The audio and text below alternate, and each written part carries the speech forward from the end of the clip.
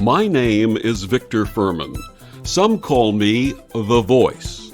I've always been fascinated with human nature, spirituality, science, and the crossroads at which they meet. Join me now and we will explore these topics and so much more with fascinating guests, authors, and experts who will guide us to Destination Unlimited.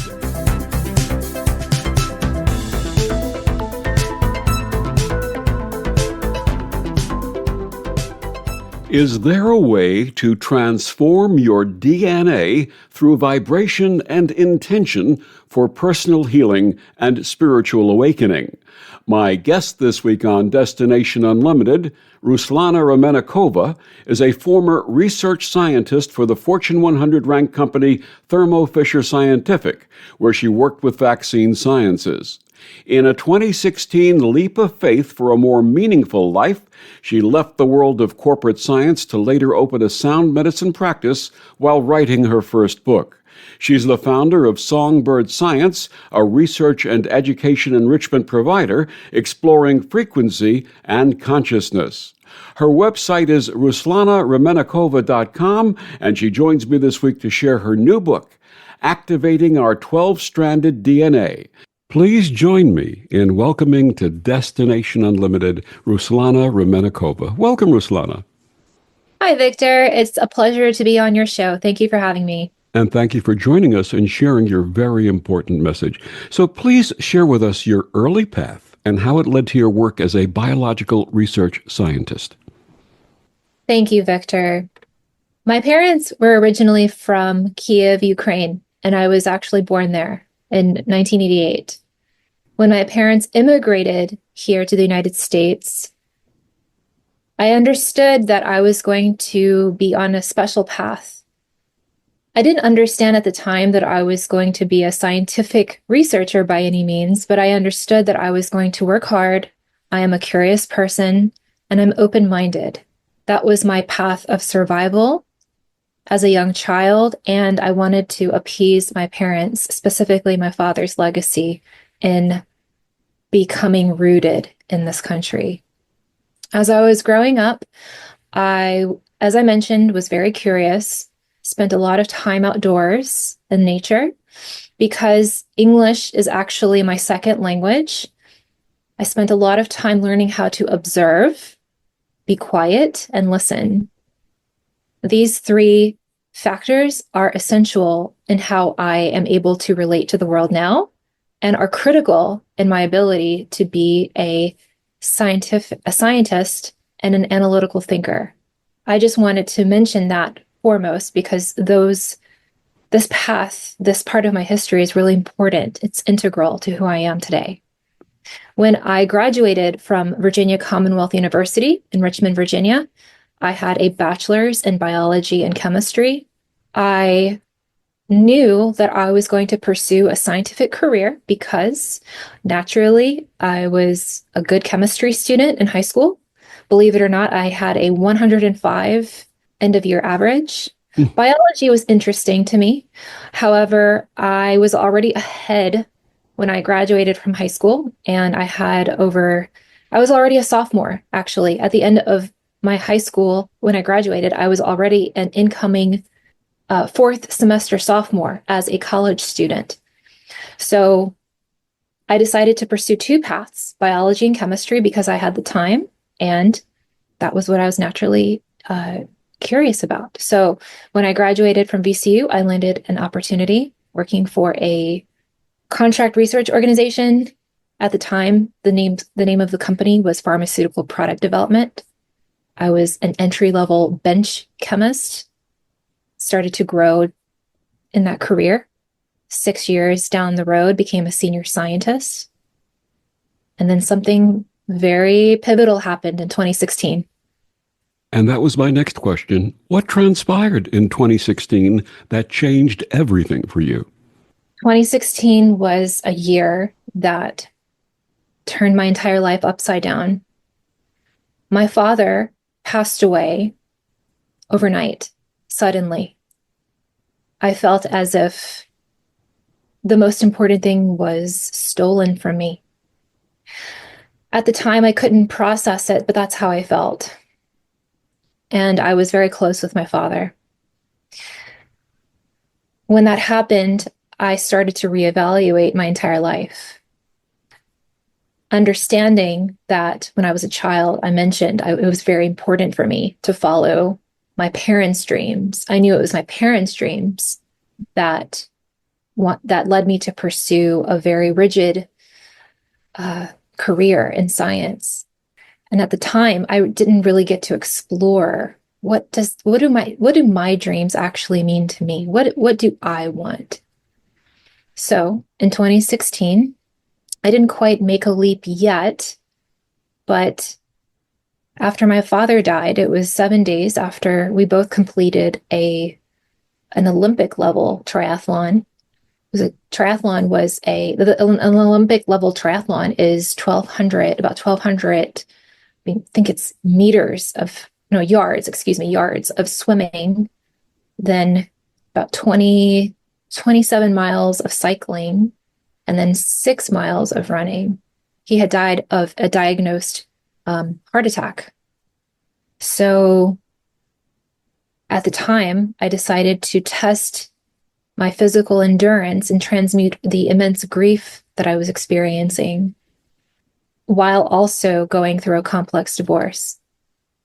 But to stay focused on the grief, I decided to pursue a full Ironman triathlon in Australia. So for a full Ironman, what this means is 2.4 miles of swimming, followed by 112 miles of cycling, followed by a full marathon, 26.2 miles of running. So during this year of healing and grieving, this is what I focused on. In 2017, to the day of my father's death, I pursued this Ironman. 12 hours and 42 minutes later, I became a bronze all-world athlete. I finished top 10% in my age group. Congratulations. Thank you. And this moment was pivotal for me because it wasn't just a physical accomplishment. The breaking down, the shattering of who I was and picking up the pieces, acknowledging acceptance of the situation, but wanting to continue building and striving for the bigger plan, even though I still didn't understand at the time what is the bigger plan. This was a monumental moment for me. So when I came back home in 2017, I had an entirely different path that I was ready to embark on. What is the practice of sound medicine and how is it applied? The practice of sound medicine is pretty interpretive in today's world. I'll share what it means to me. So in 2021, I had my first transformative sound experience. In this capacity, I attended a sound healing workshop. This workshop was 5 hours long, believe it or not.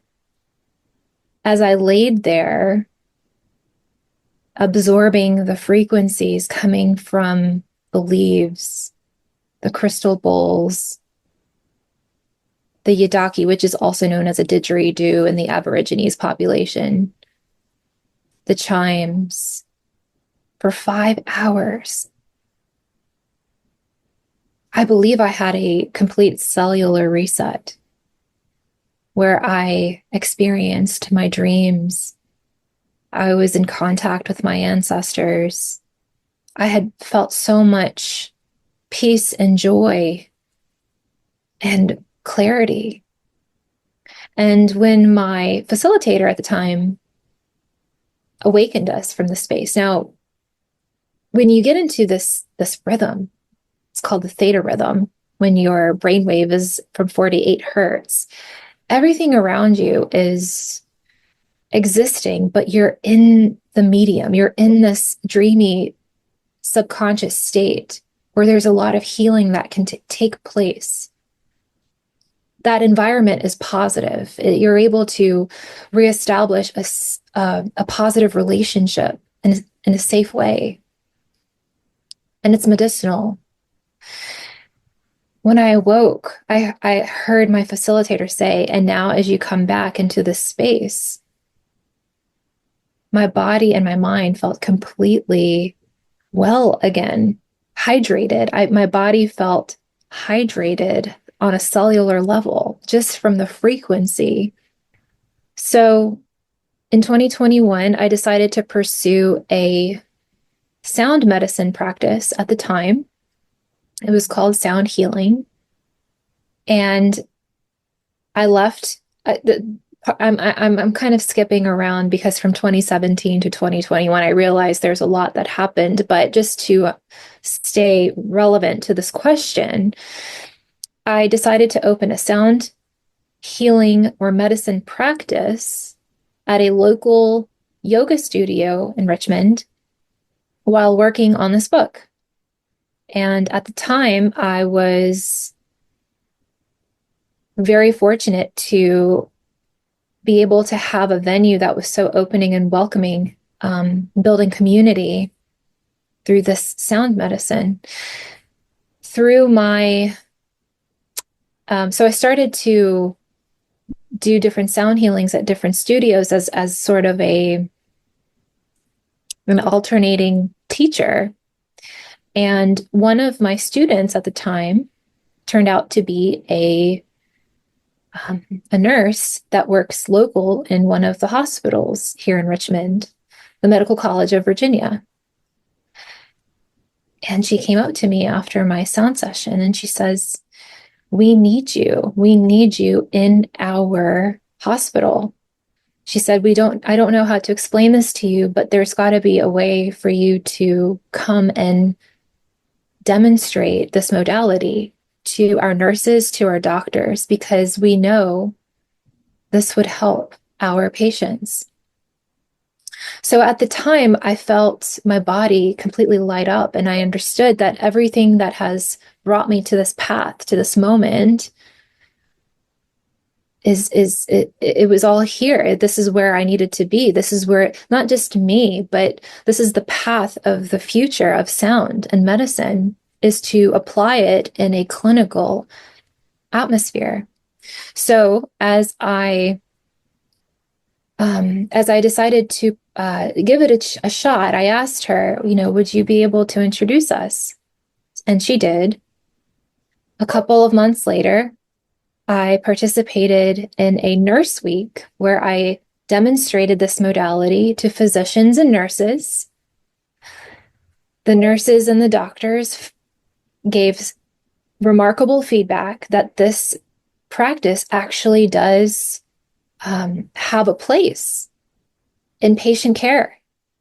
So they invited me to integrate my practice in palliative care, which is where I've been doing my sound medicine practice at VCU Health System at MCV, Medical College of Virginia, nearly a year now, with really phenomenal results from patients, families, and physicians and nurses alike.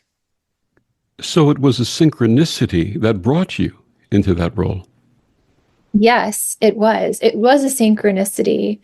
And coincidentally, I am very interested in synchronicity and how sound is a modality in how we are able to increase synchronicities in our lives. By increase synchronicity, I mean increase our awareness to the events that are taking place, being able to recognize patterns, because sound is an embedded archetype of rhythm. I'd like to actually share about a study that I did that I independently facilitated over the past 9 months, where I decided to give sound baths to, let's see, there were 33 people involved. There were 3 cohorts. I wanted to see how sound medicine or sound healing can increase, or does it have an ability to impact a person's way of seeing synchronicity? So it was such a small study. It was considered a single case study because it was a small group of people, but it was the first of its kind. So it was a pilot study, and it would introduce an opportunity for further curious-minded individuals who are looking to build on that. And currently, that study is being reviewed by the Journal of Scientific Exploration. Wonderful. Carl Jung coined the term synchronicity, and he called it meaningful coincidences without causal connection. What does it mean to you? I'm thinking about this because it has so many meanings to me. First of all, working with Dr. Bernard Beitman on this study, there's no one that I know more passionate about Carl Jung and his theology and belief systems more than Dr. Beitman. To me, I believe that everything is interconnected. And I think that Carl Jung gave us a legacy by introducing meaningful coincidences and establishing this as a network that we can further explore. To me, the network is there. Everything's interconnected. It might seem as if there is no causal connections, but if we are all one, then there is a connection. Even though we might not understand what it is, that is part of the journey. That is the real journey of getting to the synapse, to understanding what that connection is. Maybe not in that time or in that moment, but in the time that is appropriate. We have developed the construct of time. Synchronicity has no time. Synchronicity doesn't perform or operate in the time that we've constructed. So therefore, I understand and support what Jung was saying on a time scale, but synchronicity operates naturally on a timeless scale. Absolutely. I had Dr. Beitman as a guest on one of my shows about a year ago. Love his work, love his message. And I personally shared with him the fact that I've had synchronicities throughout my life and have recognized them when they've occurred. And that each time a synchronicity took place, I had three choices. I could say, no, dismiss it out of hand. I could say, perhaps in the future. Or I could say yes with a capital Y and immediately embrace it. And every time I immediately embraced one, the next one would come and the next one would come. So I totally understand what your excitement about it is and what you've been sharing about it. Yes, exactly. I think that's part of the key, is to be open and to anticipate connection in life, whether you want to call it synchronicity, meaningful coincidence, or a gift from the cosmos. Sometimes it doesn't feel like a gift. Sometimes it's devastating. But in that thread that I mentioned, that everything is interconnected, everything has a kind of an event, a moment in time where it activates to invite the next event in. So in a sense, in that way, in my opinion, if I look at it this way, then yes, it's very exciting. Absolutely. I consider it to be a blessing in my life, so thank you for sharing that. What inspired your new book, Activating Our 12-Stranded DNA? This book is a gift, and it is beyond me. It is beyond my time, and sometimes even my own grasp of what even inspired it. I want to say that foremost because I have so much respect for this book.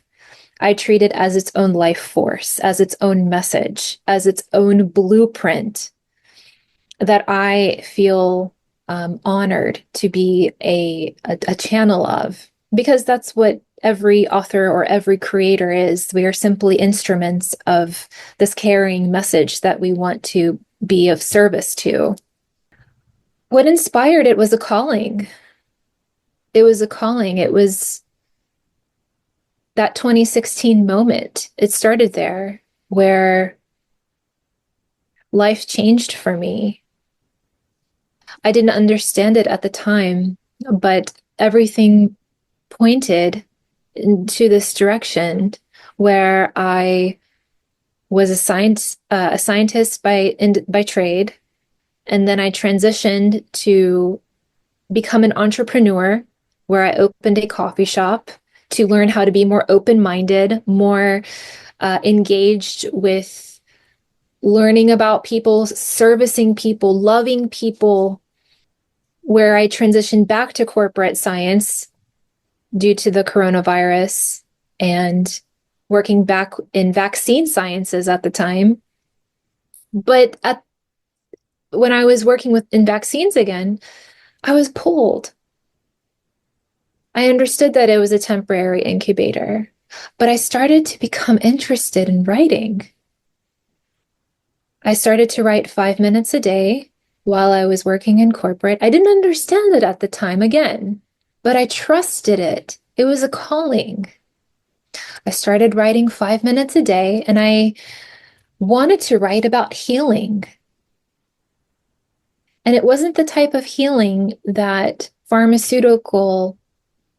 the corporate pharmaceutical industry would promote.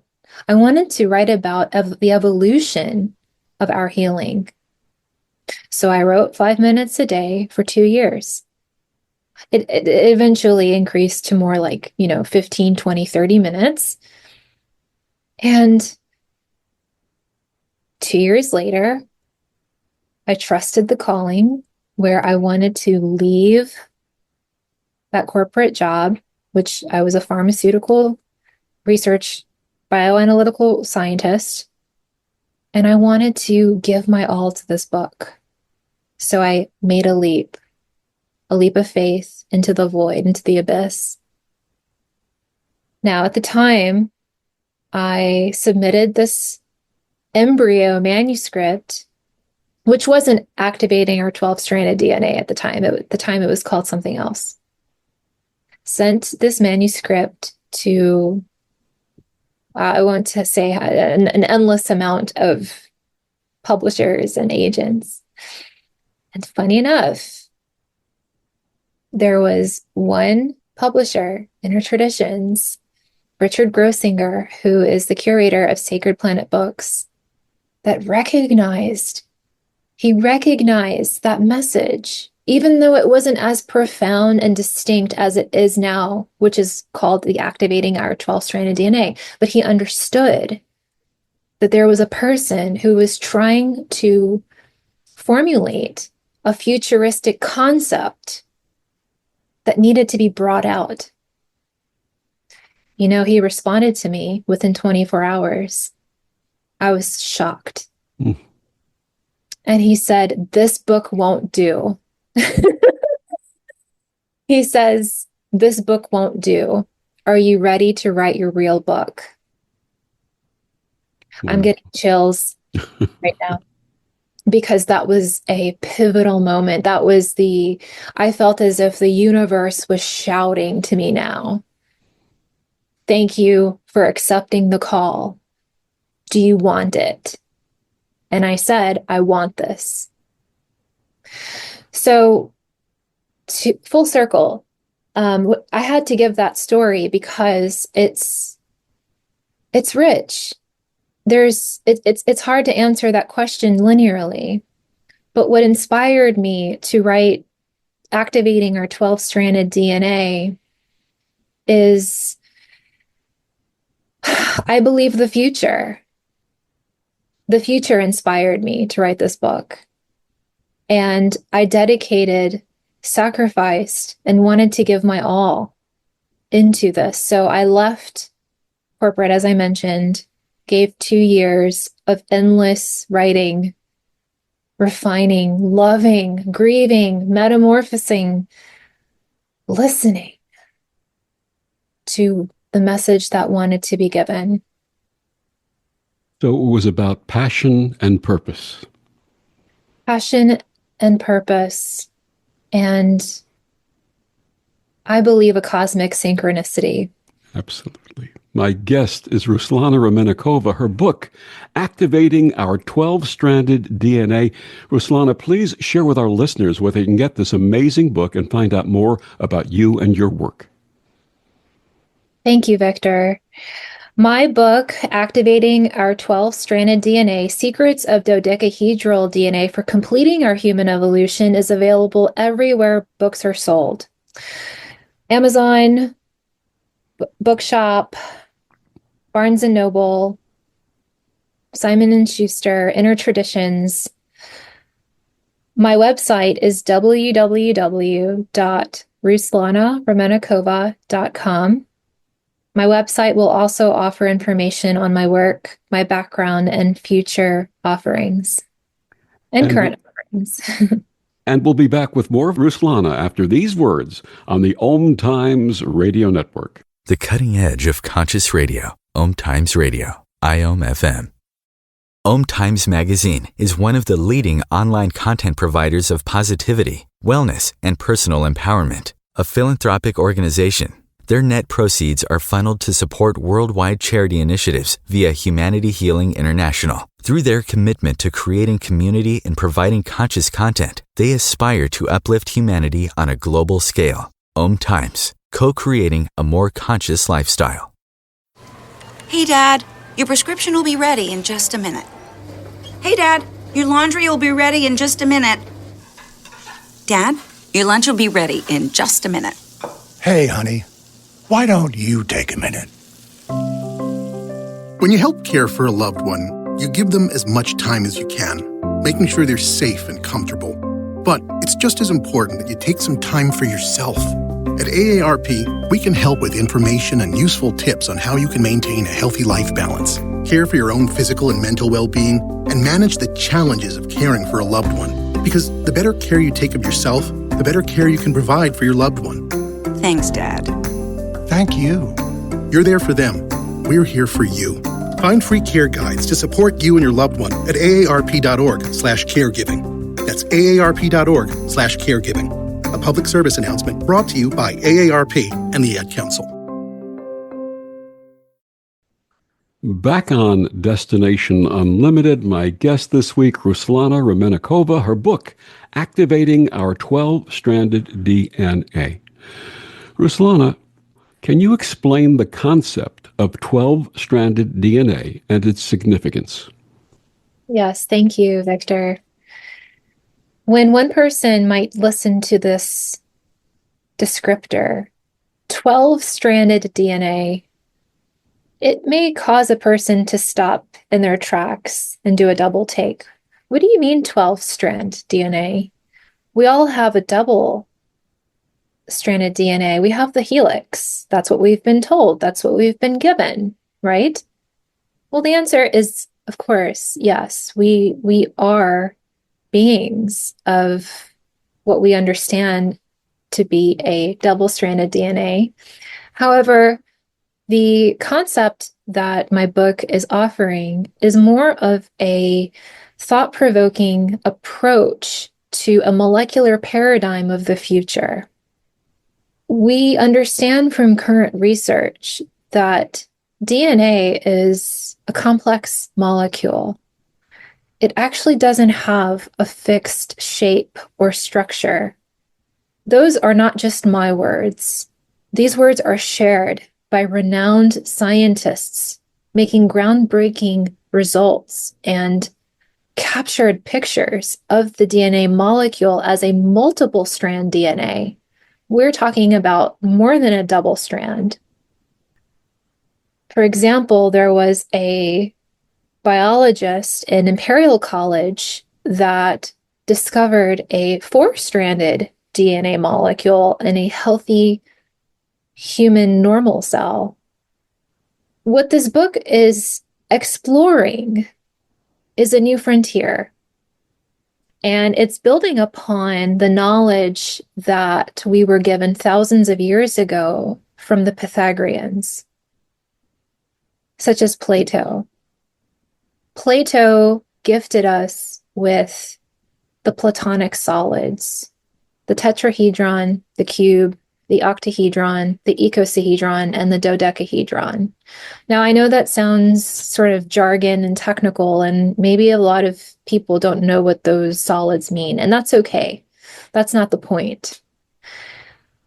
This book is offering more of an archetypal blueprint of what I call the 12-stranded DNA. This is the bridge between what we understand as the third dimension into more of a means to grow into the fourth dimension and higher. And what I mean by grow is we can apply the dodecahedron shape into more advanced sort of scientific fields like quantum physics, which actually the dodecahedron is widely used.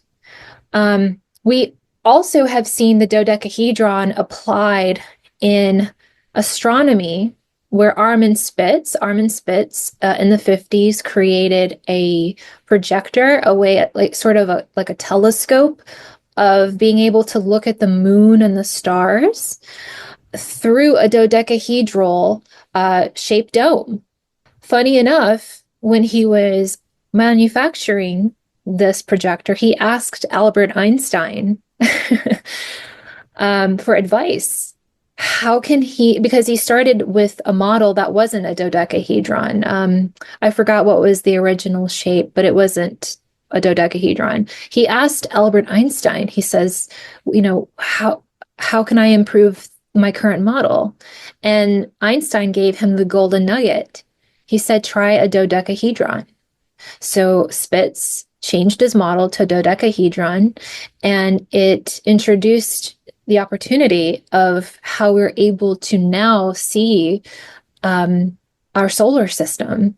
So he ended up selling millions of copies of these, and they were small. They were miniature and available for the general public. But the dodecahedron is an archetype that my book explores, and my book does not have any research, because there is no evidence that our DNA is actually a 12-stranded DNA, but there is an opportunity to explore our DNA further and consider that our DNA can be understood through a higher dimensional model, such as the dodecahedron. What does it mean to activate our DNA? When I speak of activating our DNA, this is first of all, I encourage each person to explore what that means for themselves, because my interpretation of activating my DNA will vary naturally and organically from what another person might think activating their DNA is. But activating our DNA in general means exploring what it is to be a human being, but in a higher dimension. So, for example, noticing synchronicities, becoming more aware and open and acknowledging patterns in our lives that promote us to the next level of being is a type of activating our DNA. Working with dreams, for example, could be a way of activating our DNA. There is a very subtle and nuanced state where we can access our dreams, sort of like it's a glimpse from our awake state. And that dream is actually a projection of the next step of our lives, or the where we can find ourselves next.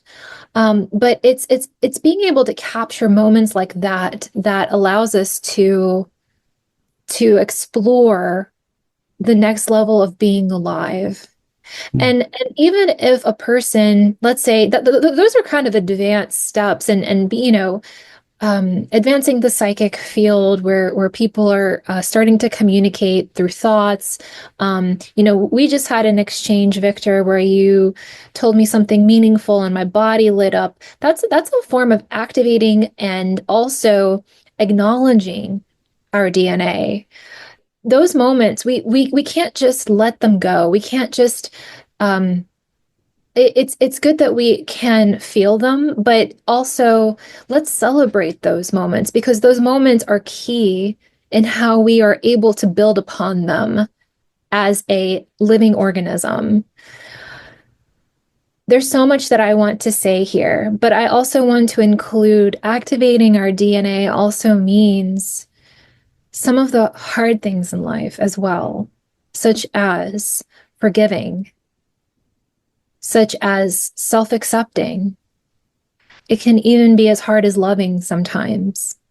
But those keys are also instrumental in how we're able to evolve and grow in the current living conditions that we find ourselves in. Many of us are aware of the power of intention. What role does intention play in activating our DNA? It's such an interesting concept. I want to, before I again, this is sort of non-linear, but I'll come back. I'll circle back. In the 80s, there was a Japanese evolution geneticist who contributed such a profound question and answer. Well, the answer first was that he explored a way to transform DNA into music, meaning he was able to transcribe the nucleotides of DNA and create a sound from them, a melody. And in that way, we can actually listen to how our DNA is in general, and we can become more, we can relate to it. But then he asked a really profound question. He asked, if we're able to transform our DNA into music, is there a reciprocal relationship between that sound has on DNA? Can DNA be impacted by sound? It's an intriguing thought. I bring this up because I believe that intention is a type of environmental stimulus. It might not be as obvious or distinct as, let's say, an external sound from our environment, but we're actually able to create our own. We're beings that are able to create our own environmental stimulus within. We can create love, care, compassion, forgiveness, as I mentioned earlier. So I believe that if sound can impact our DNA, which it can, then we are also able to explore what intention means on our DNA. And you may ask later about a water and intention and consciousness. So I'll just save this last part for that. And actually, my next question is, what is the relationship between water, DNA, and consciousness? Beautiful. Right on time. Okay. So on a physiological level, we know, based off of research from 70 years ago, when Rosalind Franklin, James Watson, Francis Crick, and Maurice Wilkins introduced the shape and the configuration of DNA, we know that DNA is complementary to water. So water and DNA make up this uniform compound, which gives all abilities to life. It creates functionalities in our life. So water and DNA exist together, not separately, but together. Ironically, and coincidentally, the two platonic solids, the icosahedron, which symbolizes water, and the dodecahedron, which symbolizes the universe, can interchangeably become a dual pair, meaning that they can transform and become one or the other within each other. I know that sounds complex, but they can basically interchange shapes fluidly and freely. So when I was doing my water research, based and inspired by Dr. Emoto Masaru, who is a Japanese water research scientist who is no longer alive, Masaru introduced the concept that intention can impact water. He did some frozen hydroglyphs, meaning he froze water after playing music with it, after talking with it, to look at the shapes that water would reveal. And he would record those shapes. For instance, he would play Mozart, one of Mozart's symphonies, and the water would show beautiful, coherent, and organized geometric shapes that were consistent. When he played heavy metal music, the water would show stressed, multiple lines, kind of disorganized shapes. Okay, so if we know, and that's a lot to actually to process at the moment, how water has its own field. Water has its own field. So if we can just kind of accept this as its own concept at the moment, and remember from the research of DNA being 1-to-1 of DNA water, and also confirmed by the platonic solids, the icosahedron and the dodecahedron, we know that sound and intention does play an impact on water and DNA. Interesting that water, based on Dr. Emoto's experiments, displays consciousness, so that everything connected with water has consciousness. Absolutely.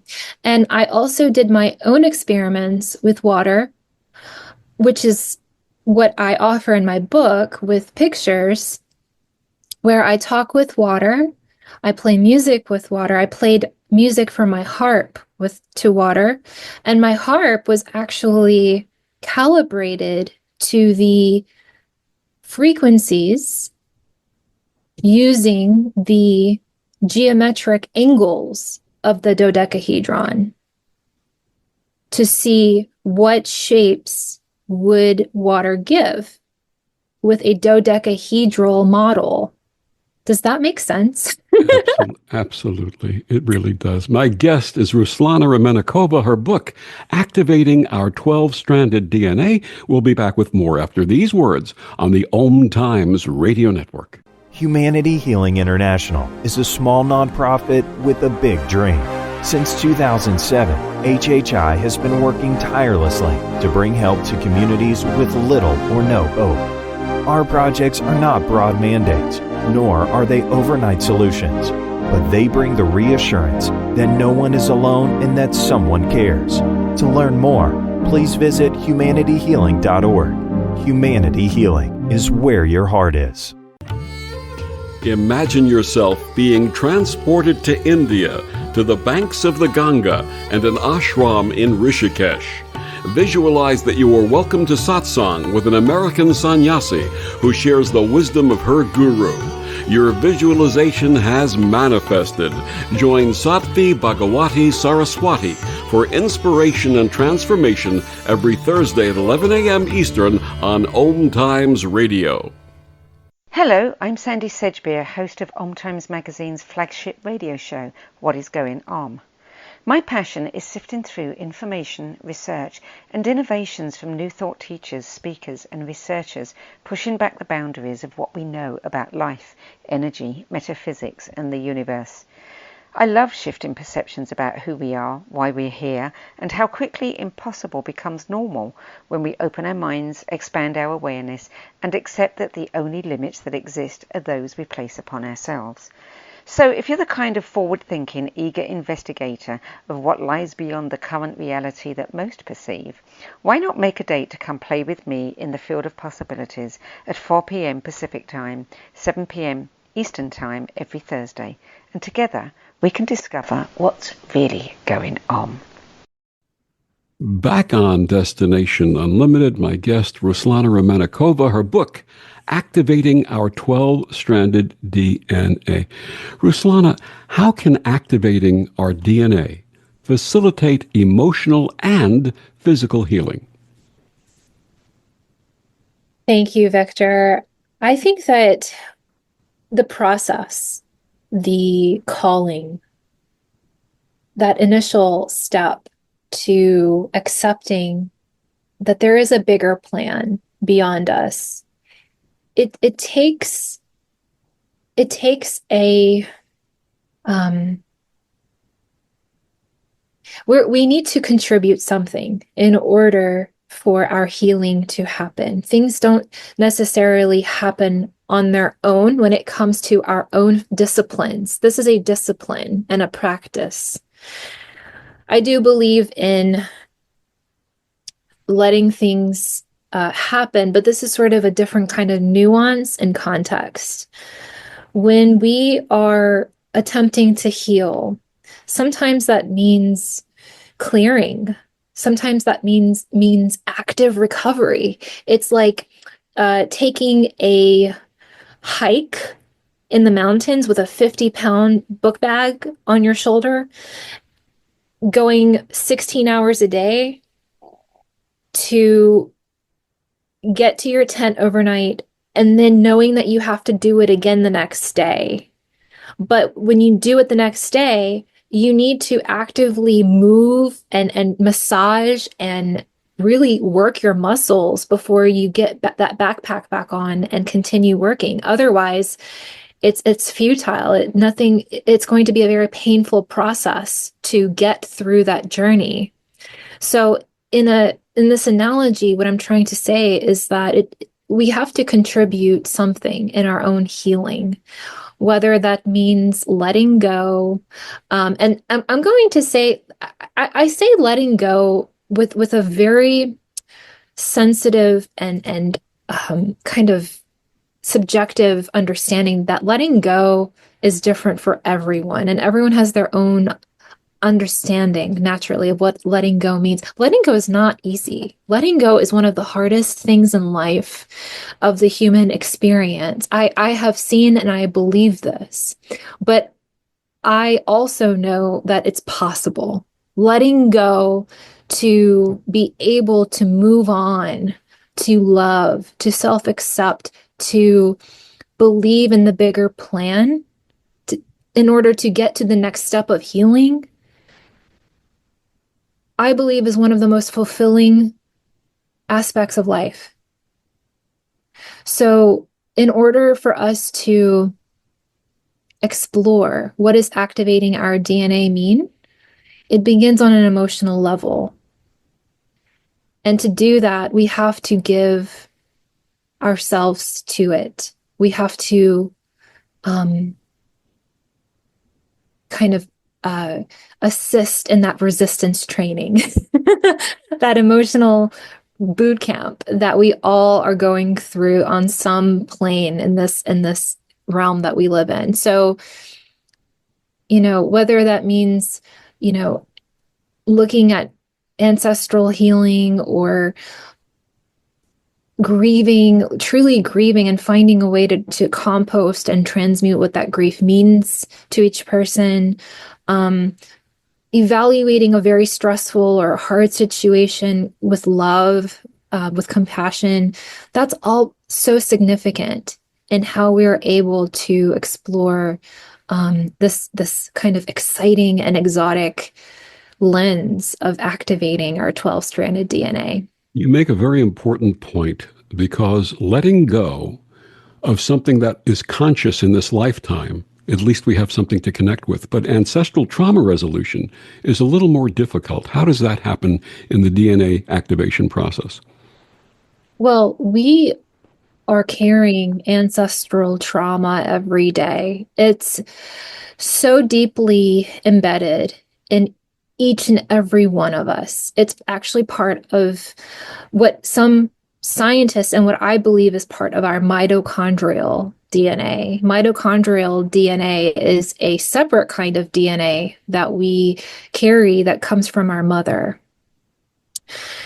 And I believe that this is where intention comes into a significant form in how we're able to release some of that trauma that we all carry. Whether you're, we all have ancestral trauma, whether it's tribal or Gaia or cellular or emotional, we're all carrying some kind of ancestral form of trauma. So if we decide to explore what that means on a DNA level, I feel that it would be more of an emotional and intentional modality of releasing. It's complex, but it's doable. It's possible. Forgiveness is significant.